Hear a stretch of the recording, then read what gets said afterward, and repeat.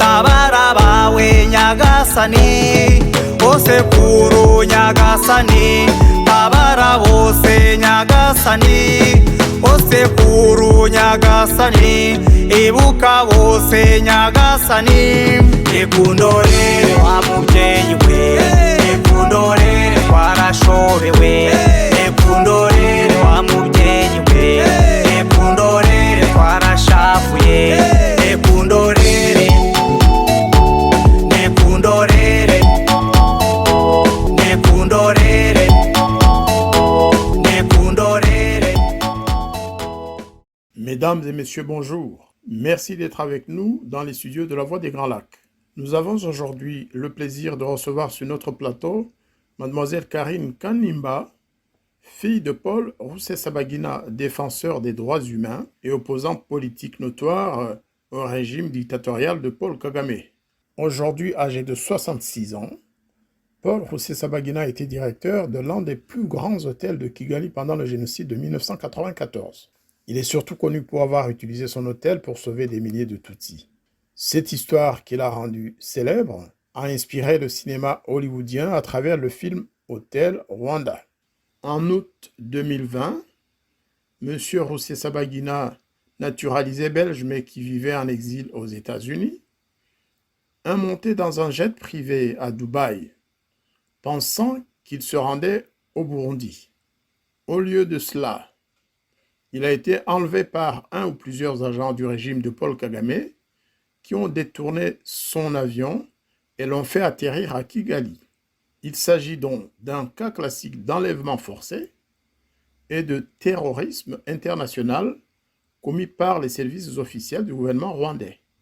Ce kidnapping a d'ailleurs été confirmé par le ministre rwandais de la Justice d'alors, M. Johnston Busingye. En effet, dans une interview accordée à un journaliste de la télévision Al Jazeera en février 2021, le ministre Busingye a déclaré que le gouvernement avait financé le détournement du vol qui a amené Rusesabagina à Kigali, confirmant par ailleurs avoir rétribué le kidnappeur pour service rendu. Et M. Busingye de préciser que le paiement visait à faciliter le transport de cet homme, entendez Paul Rusesabagina, pour faciliter le plan de le ramener au Rwanda. Lorsque le journaliste a demandé au ministre si cela était légal, M. Busingye a répondu « oui ».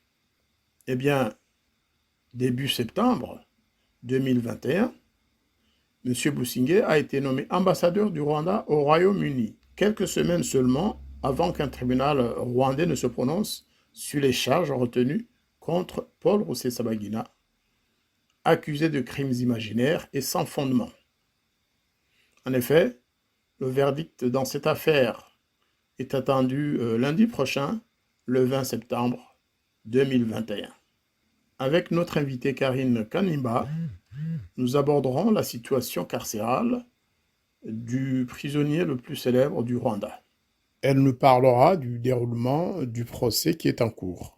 Et nous reviendrons sur un incident récent qui concerne Maître Lurquin, Vincent Lurquin, qui est l'avocat belge de Paul Rusesabagina, qui a été expulsé du Rwanda alors qu'il voulait rencontrer son client. Mesdames et messieurs, chers auditeurs, chers téléspectateurs, c'est un grand plaisir pour moi de recevoir maintenant Mademoiselle Karine Kanimba. Karine Kanimba, bonjour. Bonjour, ambassadeur. Eh bien, comme j'ai déjà fait l'introduction du dossier qui nous préoccupe aujourd'hui, votre papa, Paul Rusesabagina, est toujours en prison à Kigali. Son procès, si on peut parler de procès, continue. Et je pense qu'il y a une date butoir qui sera le lundi prochain. Est-ce que vous pourriez, en quelques mots, nous résumer cette affaire, vue de la famille, vue des amis et vue de tous les défenseurs des droits de l'homme? Donc, le verdict va être rendu le 20 septembre, ce lundi prochain. Et c'est un verdict qui sera basé sur un faux procès, qui a commencé par un kidnapping, par de la torture et un déni de tous les droits fondamentaux et basiques d'un être humain. Et donc, pour résumer un peu donc, le procès qui a commencé le 17 février, a duré 5 mois. Il y avait pour 20 accusés, donc un procès de terrorisme qui dure 5 mois avec 20 co-accusés. 2 témoins, même c'est des témoins qui ne sont pas crédibles. L'un d'une est une Américaine qui était payée par le gouvernement de Kagame depuis plusieurs années. Et l'autre, c'est quelqu'un que l'Amnesty International avait déjà écrit des rapports qui prouvent que c'est un homme qui a été torturé et qui a dû être forcé de donner des faux témoignages dans d'autres procès, y compris celui de Victoire Ingabire. Donc, ces 2 témoins sont pas crédibles. Les victimes, l'un des victimes qui s'est présenté pendant le procès a oublié ses lignes et a demandé au juge de demander à son avocat de lui rappeler ce qu'il était censé dire. Et l'autre victime est une actrice professionnelle qui est connue aussi dans les télévisions rwandaises, qui était là principalement pour faire sa profession d'actrice. Donc, le procès était n'importe quoi, ça a duré 5 mois, c'était un procès théâtral. Mon père n'a pas eu le temps d'avoir ses avocats, donc il n'a jamais eu accès à ses avocats. Donc, on lui a nié de ses droits les plus fondamentaux de choisir son conseil, choisir ses avocats. Ils ont interdit ses avocats internationaux et même ses avocats rwandais subissent énormément d'injustices à chaque fois qu'ils essayent de le voir à la prison. Donc, même pendant ces 5 mois de procès, c'était juste du théâtre du début à la fin, y compris les témoins et les fausses victimes. Alors, vous avez mentionné le nom d'une dame ou d'une personne, en tout cas, de nationalité américaine, soi-disant témoin, mais qui en fait était stipendié par le gouvernement rwandais, qui travaillait déjà pour le gouvernement rwandais. Est-ce que vous pouvez nous expliquer un peu l'affaire de ce témoin bizarre? Oui, donc ils ont amené un témoin qui s'appelle Michel Martin. C'est une dame qui prétend avoir travaillé pour la fondation, ce qui n'est pas pour la fondation. La fondation Rusesabagina. Ce qui n'est pas vrai. Elle prétend avoir rencontré mon père, ce n'est pas vrai. Elle prétend lui avoir eu beaucoup d'échanges avec lui, ce n'est pas vrai. Tout ça, c'est des mensonges. C'est une dame qui travaille pour le gouvernement rwandais. La raison pour laquelle elle a été amenée pour témoigner, c'était parce que c'est une blanche américaine et le gouvernement rwandais, qu'on sait qu'ils investissent énormément dans leur communication, dans leurs relations publiques, dans l'image qu'ils essayent de nettoyer. Ils ont cru qu'amener une blanche américaine pour le procès, pour témoigner contre mon père, allait augmenter leur crédibilité. Par contre, ce qu'ils ont oublié de cacher, c'était qu'il y a des contrats publics entre cette dame et le gouvernement rwandais. Ces contrats sont publics parce que cette dame est américaine et aux États-Unis, quand tu travailles pour un autre gouvernement, quand tu fais du travail d'espionnage ou du travail politique pour un autre gouvernement, tu dois remplir un formulaire qui est public et que tout le monde peut trouver sur Internet. Et donc, dans ce formulaire, il écrit que cette dame gagne $5 000 par mois du gouvernement rwandais.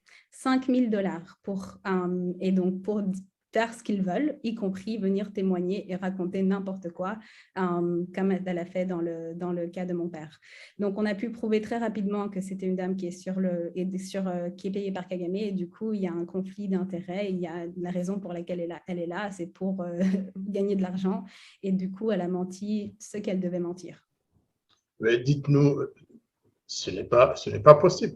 Est-ce que la justice rwandaise a pris compte et a donné de la valeur à son témoignage, ou elle a tout simplement été exclue du procès? La justice rwandaise, ce n'est pas une justice comme telle, donc je ne pense pas qu'on devrait prendre ça en compte de ce que la justice rwandaise en pense. Plutôt la communauté internationale, la justice internationale, parce que c'est là où on a plus d'espoir que dans la justice rwandaise. N'ont pas pris en compte cette dame parce que, encore une fois, c'était clair que c'est une dame qui est payée pour faire ce travail, pour venir et inventer des choses pour le gouvernement rwandais. Et ce qui était très intéressant, c'est que pendant le procès, donc on a regardé chaque audience avec la famille, avec les avocats, avec toute l'équipe, et je pense que énormément de monde de gens à travers le monde ont suivi le procès aussi. Pendant son témoignage, j'étais au courant de cette feuille, cette preuve du fait qu'elle est payée par le gouvernement rwandais. J'ai tweeté un message en disant voici, cette dame n'est pas crédible, c'est un employé du gouvernement qui fait passer pour un témoin. Et j'ai publié ce contrat que j'avais trouvé sur Internet. Et donc, directement après, pendant son procès, la dame a pris une pause. Elle a été aux toilettes, entre guillemets, et elle est revenue et elle a dit, bon, ben, je pense que certains vont dire que je ne suis pas crédible parce que j'ai été payée par le gouvernement rwandais, mais c'était juste directement parce qu'elle a vu, elle a été communiquée qu'on avait attrapé que c'était une menteuse. Et du coup, elle a essayé de se rattraper sur le coup, mais c'était trop tard car les preuves étaient déjà mise à l'avant et son témoignage n'était donc plus du tout crédible. Et donc, ils ont utilisé cette dame et je pense qu'à travers quand le verdict sera donné, ils vont, encore une fois, on connaît déjà le verdict, Kagame a fait sa décision, ils vont utiliser cette dame, ils vont publier énormément de photos sur elle pour essayer de montrer que c'est une personne qui n'est pas rwandais qui dit la même chose, mais c'est une personne qui est payée par le gouvernement rwandais, donc du coup, son témoignage ne veut absolument rien dire et c'était encore une fois que des mensonges. En fait, ça aurait même pu faire l'objet de poursuites pour flagrance du mensonge devant la cour, parce que ailleurs, c'est comme ça que ça se passe. Quand vous mentez à la cour, surtout en prétendant des choses contre quelqu'un qui est devant la justice, au Rwanda, c'est vrai, ce n'est pas une justice normale, eh bien, ça aurait pu mériter une poursuite séance tenante pour mensonge devant la cour. Eh bien, on verra ça, on verra ce qui va sortir de ce procès. En tout cas, entre-temps, votre père, Paul Rusesabagina, subit des violences là où il est, des tortures morales et physiques et psychologiques. Qu'en est-il aujourd'hui? On en a déjà parlé dans le passé, mais est-ce que cela a cessé? Est-ce que Paul peut voir ses défenseurs quand il veut et comme il veut et où il veut? Ou est-il soumis à cette sorte d'embargo mental et psychologique? Non, donc là, cette torture mentale et psychologique continue. Mon père, chaque fois que ses avocats, donc dans la loi internationale, dans la justice en général, un accusé a le droit de consulter en confidence avec son avocat.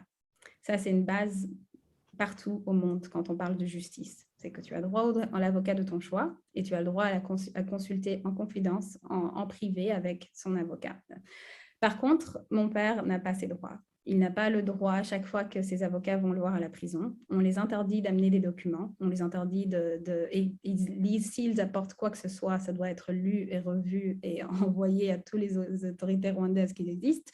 Et puis, avant d'être accepté, et même la plupart des choses ne sont pas acceptées, quand les avocats prennent des notes avec lui, ils écrivent ce qu'il leur dit sur un papier, ces notes sont examinées par les autorités rwandaises, les autorités de la prison, les autorités rwandaises avant de pouvoir sortir. Donc, ces droits de défense, ces droits de consultation en confidence avec ses avocats sont violés systématiquement.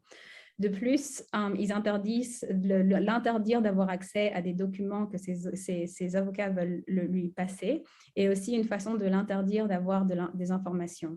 Ils ne veulent pas qu'on communique à mon père, par exemple, que nos avocats communiquent à mon père que le Congrès américain a envoyé une lettre à Paul Kagame lui demandant de relâcher mon père. Ils ne veulent pas que mon père soit au courant de ça parce que l'information est une force. C'est une force qui lui permet de faire des décisions et donc de prendre des décisions sur les prochaines choses. Et ils ne veulent pas qu'il ait une force mentale, ils ne veulent pas qu'il puisse prendre des décisions calculées. Et de plus, et donc oui, c'est pour conclure, on l'interdit, je voudrais rajouter juste un autre point sur son traitement donc dans la prison, qu'on continue à violer ses droits, c'est qu'on lui donne toujours pas ses médicaments. Et ça, c'est une autre violation extrême, c'est qu'on lui donne, ils insistent à lui donner les médicaments de leur choix, à lui donner les médicaments qu'eux ont choisis. On ne sait pas ce qu'il y a dans ces médicaments. Il dit que ça lui rend faible. Il dit que ça ne l'aide pas. Et donc, nous avons énormément peur des choses qui sont en train d'implanter dans son corps. Ça, c'est d'une extrême gravité. l'empêchait de prendre ses médicaments, les médicaments de son choix auxquels il était habitué, c'est-à-dire en fait se mettre à la place du médecin traitant de Paul Rusesabagina. C'est d'une extrême gravité. En plus, le dernier élément en date, un incident très très grave, hein. Vous avez parlé des avocats, des défenseurs, mais il y a le cas de Maître Lurquin, le belge, Maître Lurquin qui est belge, qui est, que Paul a choisi pour être son avocat. Eh bien, il est allé à Kigali juste pour assister au procès, et même cela, le Rwanda ne l'a pas permis, alors qu'il avait un visa tout à fait légal. Il l'a obtenu à l'aéroport à l'arrivée au Rwanda. Donc, il avait le droit de se présenter où il voulait, habillé ou pas de sa toge. Eh bien, Maître Lurquin a été arrêté, interrogé par la police rwandaise et expulsé. Qu'est-ce qu'il en est aujourd'hui? Est-ce que le Rwanda a présenté des excuses ou continue-t-il de s'arc-bouter derrière ce silence qu'on lui connaît? Que se passe-t-il aujourd'hui, Karine? Déjà, ce que ça montre, c'est que le Rwanda, le gouvernement rwandais et le président Paul Kagame a peur d'un avocat.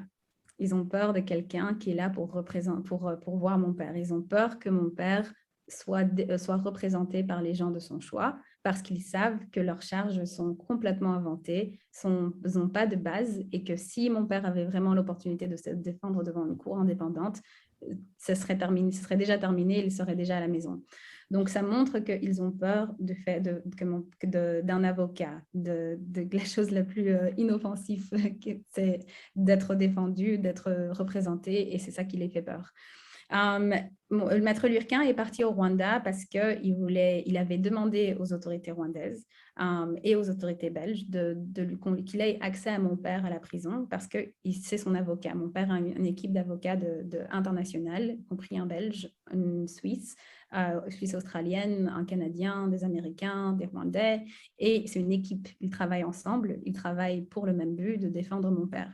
Maître Lurquin représentait mon père aussi en Belgique dans le dossier que le gouvernement rwandais a demandé à la Belgique d'ouvrir. Donc, ça faisait quelques années qu'ils étaient déjà en communication et ça faisait quelques années que les autorités belges étaient en train d'enquêter sur mon père à la demande. Karine, cela avait été demandé avant le kidnapping de Paul Rusesabagina. Exactement. Donc, c'est un procès en cours en Belgique, en fait. Exactement. Donc, Maître Lurquin représentait déjà mon père dans le procès qui était déjà en cours, ouvert ici en Belgique, à la demande des autorités rwandaises. Par contre, après les enquêtes, ça faisait déjà quelques années que ça durait, des enquêtes, des perquisitions à la maison, des investigations, des interviews avec mon père, des interrogations. Les autorités belges n'avaient jamais arrêté mon père, ils ne l'avaient jamais donné de charge devant la justice parce qu'ils n'ont rien trouvé. Il n'y avait absolument rien. Ils ont vu que c'était les autorités rwandaises qui inventent, comme tout le monde sait que c'est des menteurs, qu'ils inventent tout ce qu'ils veulent pour faire taire les gens. Et donc, et c'est pour ça que le gouvernement rwandais a décidé de kidnapper mon père. C'est parce que quand ils ont demandé aux autorités belges de le faire sur base de fausses inventions, de fausses charges, les autorités belges n'ont pas fait ce que le gouvernement rwandais voulait, donc ils l'ont kidnappé. Et pour que ce procès cette instruction ici en Belgique puisse continuer, arriver à sa fin, Maître Lurquin a besoin de voir l'accusé, mon père, qui était la personne concernés. Et donc, vu la coopération judiciaire entre la Belgique et le Rwanda, l'échange entre les avocats rwandais qui viennent ici en Belgique, les prosécuteurs, ce qui se passe même actuellement, même en ce jour, il y a des Belges au Rwanda qui sont là pour le but de travailler dans le système légal. Et pareil ici en Belgique, sur cette base de coopération judiciaire, le gouvernement rwandais, les autorités du ministère des Affaires belges avaient demandé aux autorités rwandaises de donner l'accès à Maître Lurquin à son client belge qui est dans une prison au Rwanda. Le ministère des Affaires étrangères a fait leur travail, l'ambassade, ils ont envoyé toutes les communications, les autorités rwandaises étaient au courant de la raison pour laquelle Maître Lurquin était au Rwanda. Il est arrivé à l'aéroport, il a donné la raison de sa visite, ils l'ont laissé entrer avec le but de le laisser aller voir son client parce qu'il savait qu'est-ce qu'il allait faire. Par contre, quand Maître Lurquin est arrivé à la prison, il a été jusqu'à la porte de Magela Guelleh, il a parlé au directeur de la prison. Il a demandé l'accès à mon père, il a été refusé. Et puis le lendemain, c'était le jour de l'audience, qui est une audience ouverte au public. Maître Lurquin a mis sa toge par respect d'être dans la cour, dans une cour. Et bien sûr, les autorités rwandaises ont essayé de dire qu'ils ont inventé des choses comme d'habitude et ils ont essayé de mentir qu'il était là-bas pour travailler ou quoi, pour représenter son client devant la cour, ce qui n'était pas du tout le cas. Il était dans une audience, il a assisté à une audience publique et les PV officiels de la cour montrent que c'était Maître Gatera Gashavana qui représentait mon père, Paul Rusesabagina, devant cette cour et non Maître Lurquin. Donc, la raison de son expulsion que les gouvernements rwandais ont donnée, c'était qu'il avait travaillé au Rwanda et qu'il avait violé son visa touristique quand il n'a pas reçu de visa touristique, puisqu'il était là pour une seule raison, c'était voir Paul Rusesabagina et assister à l'audience. C'est ce qu'il a essayé de faire et les autorités étaient au courant, mais ils ont menti pour vraiment juste pour le faire sortir et ne pas lui donner l'occasion de voir mon père pour encore une fois continuer cette torture mentale à mon père et continuer à violer les droits de mon père. On va rappeler quand même que Paul Rusesabagina est de nationalité belge et qu'il est résident permanent aux États-Unis. Alors, la Belgique, si mes souvenirs sont bons, en tout cas le juge belge qui avait justement cette affaire dans ses mains, qui devait poursuivre l'affaire de Paul Rusesabagina, aurait reçu une lettre, un courrier du procureur rwandais lui enjoignant, enfin, c'est peut-être exagéré, mais lui demandant d'arrêter, de clore le dossier en Belgique pour laisser seule la justice rwandaise travailler sur l'affaire de Paul Rusesabagina. Est-ce que cela est vrai? Oui, c'est correct. Et c'est fou parce que de un, c'est le gouvernement rwandais qui a demandé à la Belgique d'instruire sur ce dossier parce qu'ils étaient reconnaissants que mon père n'est pas un citoyen rwandais officiel, c'est un citoyen rwandais, c'est un citoyen belge. Et du coup, le Rwanda ne pouvait pas l'arrêter, le poursuivre ou le ramener au Rwanda sans extradition légale ou sans procédure légale. Et donc, il y avait ce dossier ouvert en Belgique qui était déjà en procédure d'instruction. Et quand ils ont kidnappé mon père, les Rwandais ont envoyé une lettre en Belgique en demandant à la Belgique d'arrêter d'instruire ce dossier. Donc ça, c'est les autorités rwandaises, les autorités rwandaises qui essayent de s'infiltrer et d'endommager une procédure belge dans un autre système, dans le système judiciaire belge. Donc, c'est-à-dire, c'est une autre infraction qui devrait être soulevée, qui devrait être abordée. Oui. Là, personnellement, je ne suis pas un pénaliste confirmé, en tout cas pas procédurier, mais j'y vois l'arrogance du gouvernement rwandais, c'est clair et net. Et puis, les méthodes voyous, c'est des méthodes de voyous, ça. Vous demandez une chose et puis vous demandez de faire le contraire, vous contournez, vous kidnappez. Paul Rusesabagina, c'est véritablement une méthode de voyou. On n'a peut-être pas le droit de le dire dans une émission comme ça, mais on a aussi le droit de se mettre en colère, une colère saine et juste, parce que ce comportement est inacceptable tout simplement. Ceci dit, donc, Paul est de nationalité belge. Il est résident permanent aux États-Unis. Est-ce que les deux gouvernements ont fait un effort pour soutenir la famille, pour défendre Paul sur le plan, ne fût-ce que sur le plan de la procédure, et surtout de dénoncer ce kidnapping? Est-ce qu'il y a, sur le plan international, un soutien sensible de la part des organisations des droits de l'homme, des gouvernements? Comment se passent les choses? Est-ce que vous sentez un soutien fermé, manifeste en tout cas? Absolument. Et d'ailleurs, on a vu que Paul Kagame, que ce soutien fait peur aussi à Paul Kagame dans son discours il y a quelques jours, dans son interview qu'il a tenue devant la télévision rwandaise, où il a dit que ça le dérange que la communauté internationale ne le croit pas quand il parle de Paul Rusesabagina. C'est parce que tout le monde sait que c'est des mensonges. Ce soutien international que nous avons eu démontre aussi que ces charges sont inventées, que tout le monde réalise la vérité de ce qui se passe, que c'est un procès politique. On a eu, donc, aux États-Unis, mon père est considéré comme en dessous du parapluie de l'organisation qui s'appelle le Special Presidential Envoy for Hostage Affairs. Donc, c'est le business des otages, le département des otages au département d'État américain qui s'occupe du dossier de mon père. C'est-à-dire que pour le gouvernement américain, mon père est détenu illégalement au Rwanda, c'est un otage et donc il n'est pas un accusé comme les autres. Donc ça veut dire qu'ils reconnaissent que ce procès est n'importe quoi et est basé d'un homme qui est détenu contre la loi.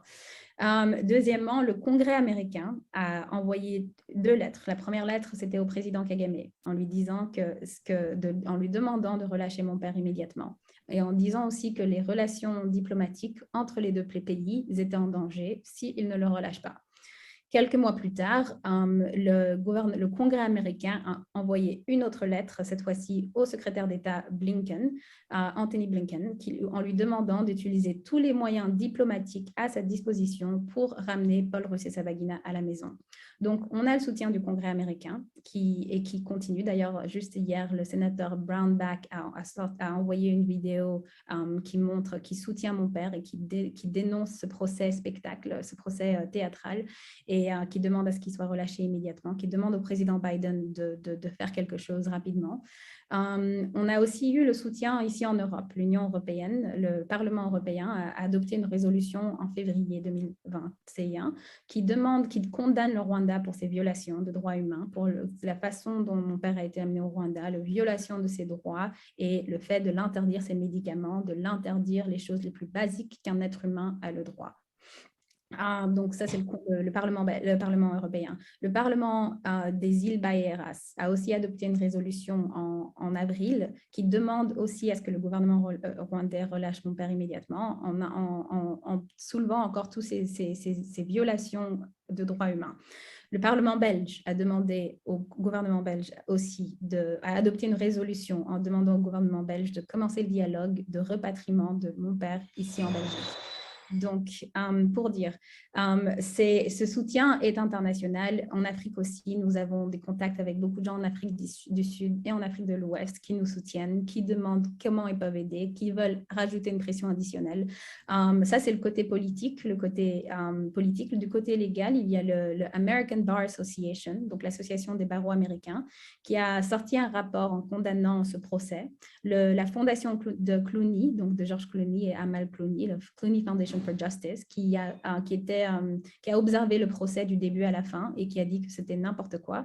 On a le barreau de la Fédération des barreaux de l'Union européenne qui consiste de 1 million d'avocats qui a aussi parlé en disant que c'était absurde. Le International Bar Association ou le barreau international des avocats aussi. Donc pour dire au niveau politique, au niveau légal, au niveau des organisations de droits humains, tout le monde est d'accord que tout ce qui se passe est n'importe quoi. Et donc, tout ce qui se passe actuellement au Rwanda, c'est irrationnel. Et d'ailleurs, je me demande si Paul Kagame ou les gens qui le conseillent ont vraiment réfléchi aux conséquences politiques que ce que kidnapper mon père va avoir sur le Rwanda et les relations du Rwanda avec le reste du monde. Je pense qu'on peut réserver une mention spéciale à Lentos. Absolument, oui. Parce que cette fondation, la fondation Lentos, qui est représentée par Madame Lentos, la veuve de Feu Lentos, le fondateur de cette fondation, eh bien, elle a vraiment travaillé fort, elle a agi, elle a écrit des lettres, et récemment encore, elle a interpellé le gouvernement de UK, du Royaume-Uni, le gouvernement britannique, en lui disant que Kagame vient de nommer chez vous un nouvel ambassadeur, et ce nouvel ambassadeur, eh bien, c'est le ministre de la Justice qui a payé pour kidnapper Paul Rusesabagina. Alors, il leur demande de ne pas accepter les lettres de créance, tout simplement de ne pas accepter cet ambassadeur, et au contraire, si possible, d'engager des poursuites ou de faire une enquête sur les agissements de cette personne. Quelle est la position de la famille? Est-ce que vous suivez cette affaire de près et vous pensez que les Anglais vont réagir favorablement? Déjà, oui, comme vous dites, la fondation Lantos est une fondation énormément puissante, énormément connue à travers le monde. Ils ont donné le prix de droits humains à mon père. Ils ont donné ce même prix au président Biden. Ils ont donné ce même prix au Dalai Lama. C'est une fondation qui est connue pour mettre en avant les défenseurs de droits humains, et comme mon père. Et donc, quand ils ont donné ce prix à mon père, ils savaient tout ce qui se passait, ils ont observé comment le gouvernement rwandais, les tactiques du gouvernement rwandais, et donc c'est des témoins de cette injustice. Et en tant que témoins d'injustice, comme mon père dit souvent, le silence et la complicité, ils ont refusé d'être complices. Et ils se sont décidés de se mettre debout jusqu'à la fin, jusqu'à ce que mon père rentre à la maison. Ils ont proposé au Congrès américain des sanctions, que le Congrès américain pose des sanctions sur l'ancien ministre de la Justice, Johnston Busingye, pour son rôle dans le kidnapping de mon père. Le ministre Busingye avait déclaré dans l'interview de Al Jazeera que c'est le gouvernement rwandais qui a payé pour le vol. Il l'a déclaré par accident d'ailleurs, parce que d'abord il voulait faire passer une autre théorie de l'arrivée de mon père au Rwanda, et il a été attrapé dans son mensonge, et donc le Congrès américain a été demandé de lui poser des sanctions, pas seulement lui, mais y compris le secrétaire général du RIB, Jano Ruhunga. Et puis, maintenant que ces sanctions ont été proposées, maintenant, quelques mois plus tard, le président Kagame commence à avoir plus en plus honte, décide de limoger le ministre de la Justice. Mais en le destituant de son rôle en tant que ministre, il a décidé de le placer en tant qu'ambassadeur en Angleterre, au United Kingdom. La Fondation Lantos a directement écrit une lettre à Dominic Raab, le secrétaire d'État anglais, en lui demandant de ne pas accepter la nomination de Busingye en tant qu'ambassadeur à cause de son rôle dans les violations de droits humains de mon père et de violations de droits humains de tous les autres victimes de Busingye sous la direction de Paul Kagame. Donc, elle a aussi demandé dans la même lettre au secrétaire d'État Dominic Raab d'enquêter, que le gouvernement anglais enquête sur l'arrestation de mon père et la torture qu'il a subie. Et donc, c'est plusieurs demandes, donc de refuser l'ambassadeur et d'enquêter dans l'injustice que mon père subit. Eh bien, je pense que il y a une autre étape qui doit être franchie, c'est aussi que la communauté rwandaise de la diaspora agisse, parce que cette demande est très importante. Une demande adressée au gouvernement britannique, donc au Royaume-Uni. Cela implique le gouvernement, cela implique aussi la reine, parce que c'est la reine qui reçoit finalement les lettres de créance. Voilà, il faudrait que la communauté rwandaise s'implique dans ce dossier. S'implique vraiment, parce que on vient de voir que les gouvernements étrangers, notamment belges, américains et autres, suivent le dossier de près. On a vu aussi que les organisations des droits de l'homme à travers le monde se sont mobilisées pour ça. Il est vrai aussi qu'il y a bien sûr le comité de soutien à Paul Rusesabagina qui a le siège en France, mais il faudrait peut-être que les Rwandais prennent ce dossier à bras-le-corps. Le problème, c'est quoi? Le problème, c'est que nous avons affaire à une flambée de nouvelles affaires.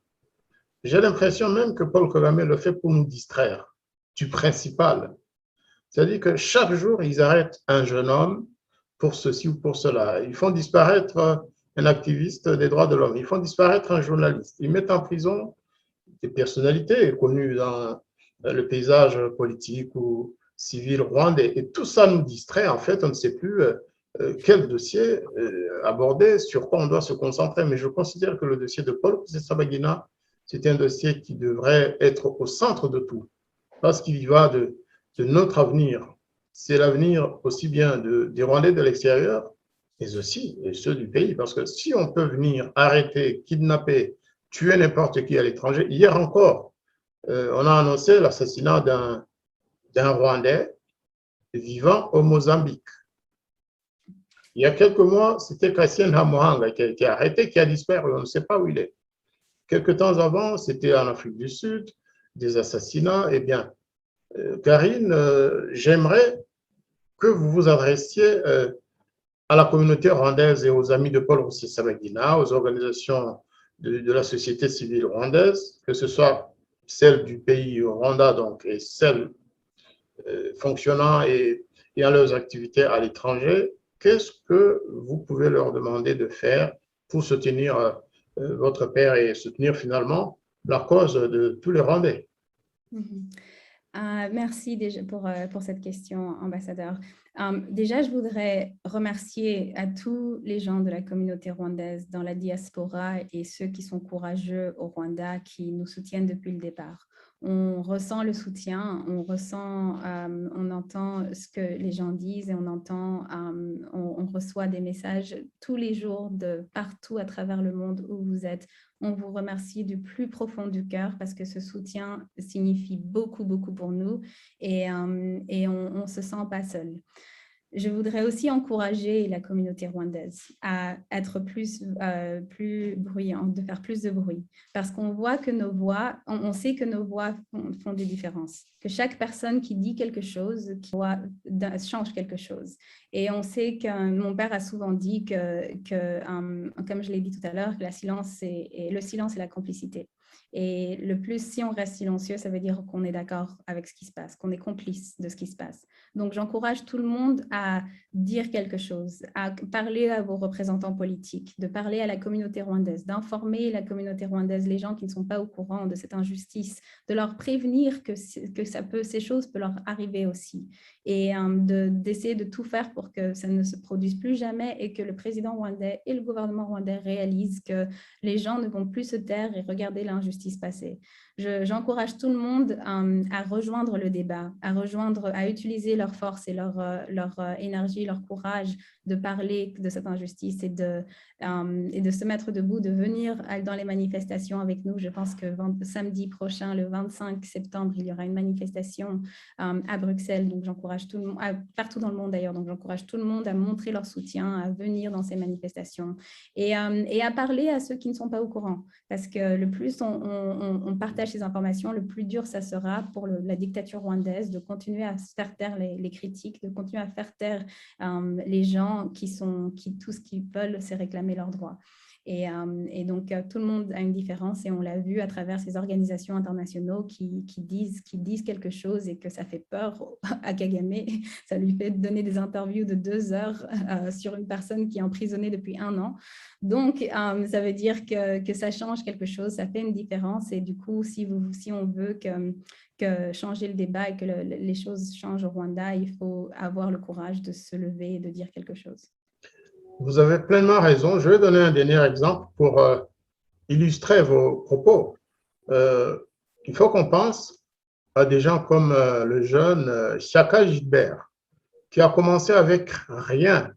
Il a ouvert une chaîne YouTube, il a un micro en papier. Tout ce qui lui a coûté les poursuites, c'est juste qu'il a raconté comment le FPR avait assassiné son père, les membres de la famille du père, en tout 38 personnes, je crois, plus une partie de la famille de sa mère.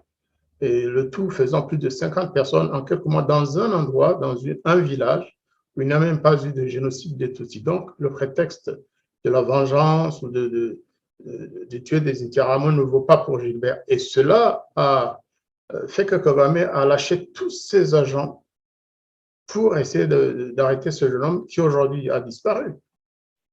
Imaginez, si tous les Rwandais se mettaient debout, si tous les Rwandais de la diaspora disaient leur vérité, racontaient leur vérité, cela pourrait faire réfléchir Paul Kagame et son régime. Donc, ce que vous dites, c'est effectivement cela. Chaque voix doit compter. Celui qui ne sait pas parler, il peut écrire. Et voilà, c'est l'ensemble qui va compléter le tableau pour faire bouger les choses. Et je rajouterais aussi sur ce fait que comme on sait que beaucoup d'organisations, d'individus et même de parlements maintenant commencent à changer leur attitude envers le Rwanda, à ne pas accepter de s'asseoir autour d'une table avec quelqu'un qui est prêt à violer les droits les plus fondamentaux des êtres humains.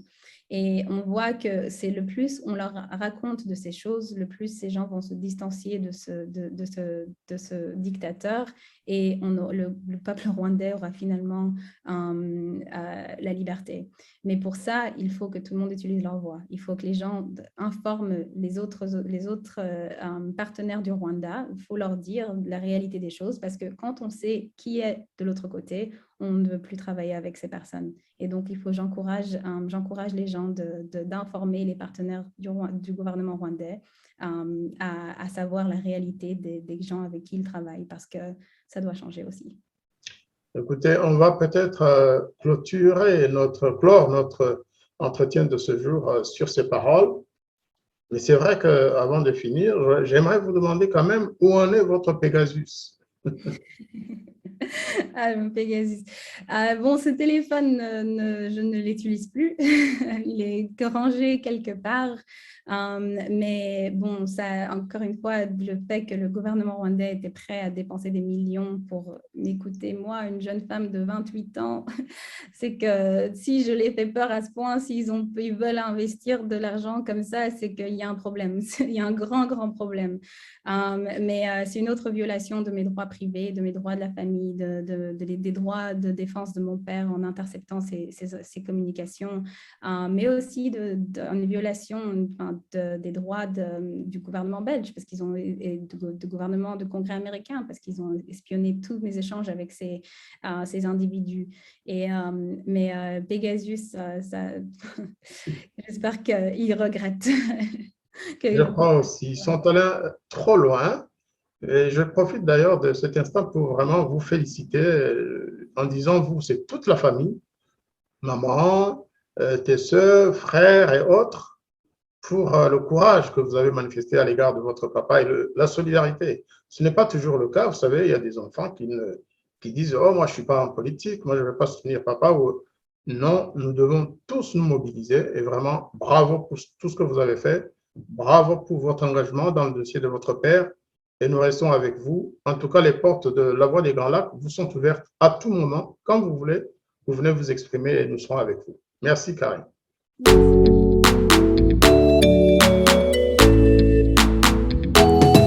Iyumvire uzaramba, iyumvire karasira, osekuru nyagasani, tabara bawe nyagasani, osekuru nyagasani, tabara bose nyagasani, osekuru nyagasani, ibuka bose nyagasani, ikundo